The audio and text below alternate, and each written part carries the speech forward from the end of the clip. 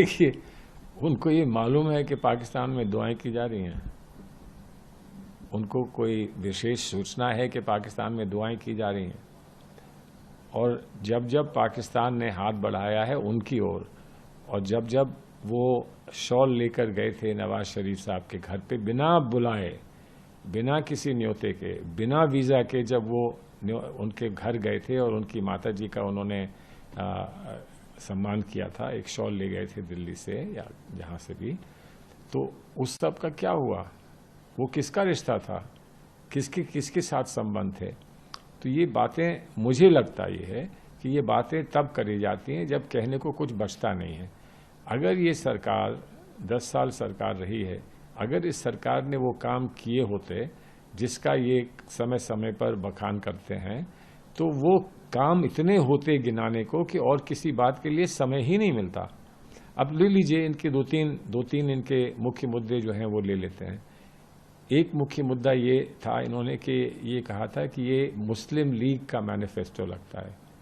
तो मुस्लिम लीग का मैनिफेस्टो मुस्लिम शब्द इस्तेमाल नहीं करेगा, ये तो बड़ी अजीब सी बात है। और जब हम अपना मैनिफेस्टो लिखते हैं तो हम मुस्लिम लीग का मैनिफेस्टो क्यों लिखेंगे? लेकिन इस देश में मुस्लिम, सिख, ईसाई, बौद्ध, हिंदू सभी हैं इस देश में, और ये तो इन्होंने कहा था कि सबका विकास और सबका विश्वास। तो क्या विश्वास मुसलमान का इनको नहीं चाहिए? फिर कभी कहते हैं कि नहीं, जब ये लोग अगर पीछे रह जाएंगे तो भारत कैसे तरक्की कर पाएगा, भारत प्रगति कैसे कर पाएगा अगर इतना बड़ा वर्ग पीछे रह जाएगा? कभी ये कहते हैं। इसी बात को कोई और कहे तो कहेंगे कि ये मुस्लिम लीग का एजेंडा है।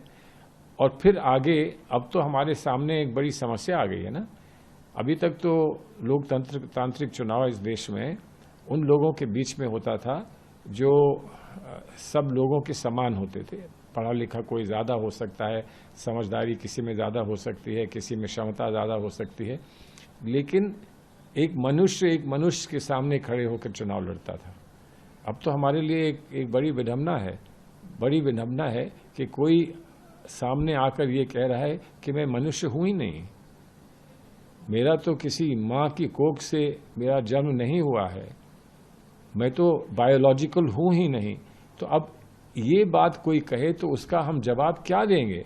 हम ये कहेंगे कि चलिए आपका डीएनए टेस्ट कराते हैं? क्या हम ये कहेंगे कि आप पहले डॉक्टरी करवाइए? ये बातें थिएटर में कही जाती हैं, ऐसी बातें फिक्शन में कही जाती हैं, ऐसी बातें रियल लाइफ में आपके सार्वजनिक जीवन में नहीं कही जाती। लेकिन इसका हम क्या जवाब देंगे? इसका क्या जवाब देंगे? कितनी हमारी भूमि चीन ने हड़प ली है और प्रधानमंत्री इसके बारे में उल्लेख ही नहीं करते, इसके बारे में कुछ कहते नहीं। अभी यूक्रेन की जंग जारी है, साल भर से ज़्यादा हो गया है। गाज़ा की जंग जारी है, 6 महीने से ज़्यादा हो गया है, और प्रधानमंत्री कहते हैं कि मैंने जाके जंग रुकवा दी, मैंने युद्ध रुकवा दिया, और सब लोग कहते हैं कि वाह वाह करो, इन्होंने युद्ध रुकवा दिया। तो कहाँ रुका है युद्ध? तो कितनी मुंगेरी लाल की कहानियां हमको सुनाई जाएंगी इस चुनाव में, समझ में नहीं आता है। तो वो मुंगेरी लाल की कहानियां ना सुनाएं, वास्तविकता पर, ज़मीन पर उतर जाएं, वहाँ पर उनकी जो क्षमताएं हैं उनको सामने पेश करें।